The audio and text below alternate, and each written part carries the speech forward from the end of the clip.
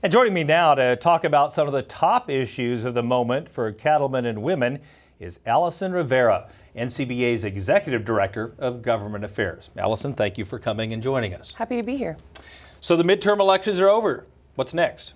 Well, I think that the next big step is for the NCBA team to get into those offices. Those new members are going to be here in January, and we are excited to get in there, get to know their staff, and more importantly, let those new members know what the priorities are for our producers. That's going to be so important as we move forward.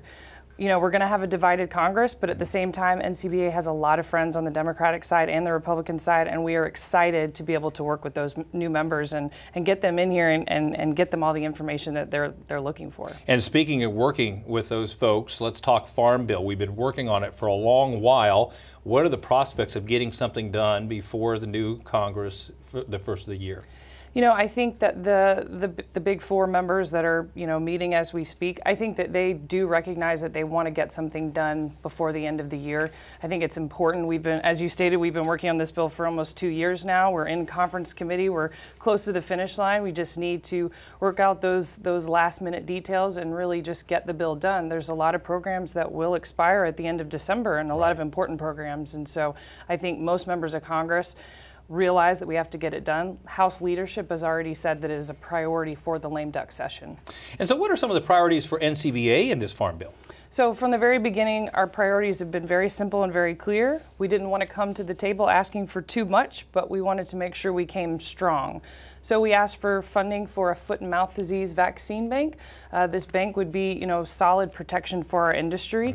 We did see support from both Republicans and Democrats. It's a very bipartisan issue, and we're appreciative to those members for that.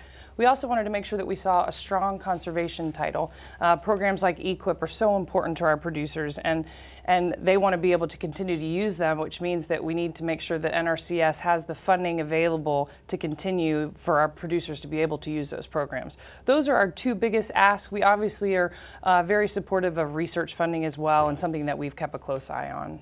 Livestock transportation, big issue. What's the update?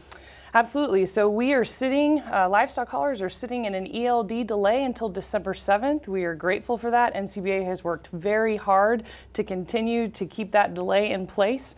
But the focus has shifted a little bit from ELDs to the bigger issue, which is hours of service. We need flexibility in hours of service. Currently, hours of service for everyone in the trucking world sits at 11 hours of drive time, 14 on duty, and a 10-hour rest. Okay. NCBA recently submitted a petition to the Federal Motor Carrier Safety Administration, that's quite a mouthful, FMCSA for short.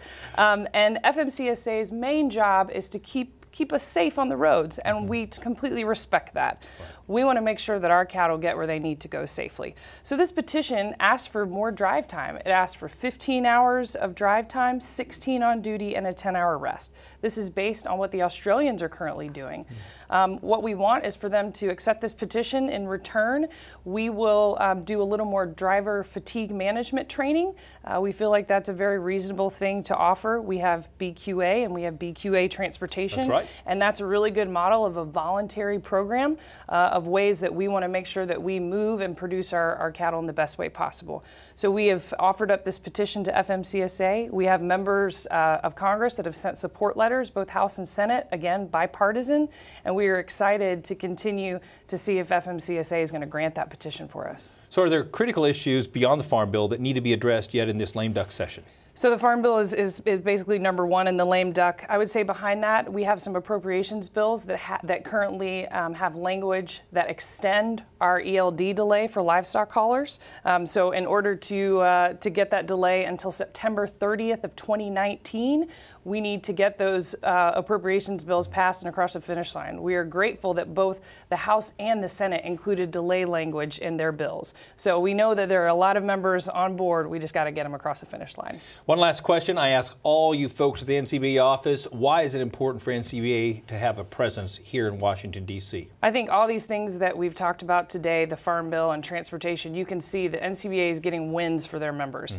We need our producers to reach out to their members of Congress and let them know what their concerns are. But when they aren't able to do that, that's what our team in D.C. is doing. Sure. We are beating down the doors. We are over at the agencies knocking down doors saying, we need wins for our producers. Mm-hmm. We need to help them, and this is what they need. And that's what my team in D.C. is here for, and that's what we're going to continue to do, because what our ranchers and farmers are out there doing is a 24/7 job. Mm-hmm.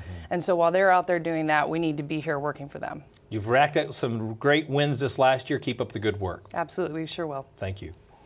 You can help NCBA fight for common sense federal policies and against efforts that threaten the future of our beef cattle industry by becoming a member of NCBA. When you join, you'll receive the members-only Beltway Beef newsletter, a weekly update straight from Washington, D.C. that gives you the latest information on the key policy initiatives that will impact your business. To become a member, call 1-866-233-3872, or you can visit the website joinncba.org.